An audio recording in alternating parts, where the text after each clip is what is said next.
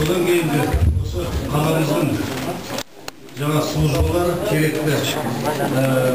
Бірінші Нұр Отан халық партиясының төрағасының бірінші орынбасары Амангелді Кәрім келіп отыр. Алматы қаласы әкімі аппаратының мемлекеттік бөлімінің бастығы Құрманәлі Сатаев отыр.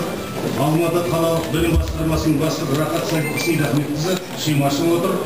Құрылыс басқармасының бастығы Қажымұрат Қантбайұлы Үсенов, жұмыспен қамту және әлеуметтік бағдарламалар басқармасының бастығы Ғабит Құлмаханов, энергетика және коммуналдық шаруашылық басқармасының бастығы Серік Досымханұлы Құсайынов, денсаулық сақтау басқармасының бастығы Еркін Ермегүл Дүрімбетов, мәдениет басқармасының бастығы Қайрат Рахымжанов Көлбаев, табиғи ресурстар мен табиғатты пайдалану реттеу басқармасының бастығы Сұлтанбек Алмасбекұлы Ұлы Макежанов, жолаушылар көлігі мен және көлік жолдары басқармасының бастығы Владимир Петрович Меренков, сәулет және құрылыс басқармасының бастығы Сайран Ахметжанұлы Фазылов, мемлекеттік сәулет құрылыс бақылау басқармасының бастығы Асқар Аманбекұлы Тұтыбаев, Қазақстан Республикасы жер ресурстары басқару агенттігінің Алматы қаласы және Алматы облысы бойынша өңіраралық жер инспекциясының бастығы Әбдіғали Саубекұлы Бегіманов, жер қатынастар басқармасының бастығы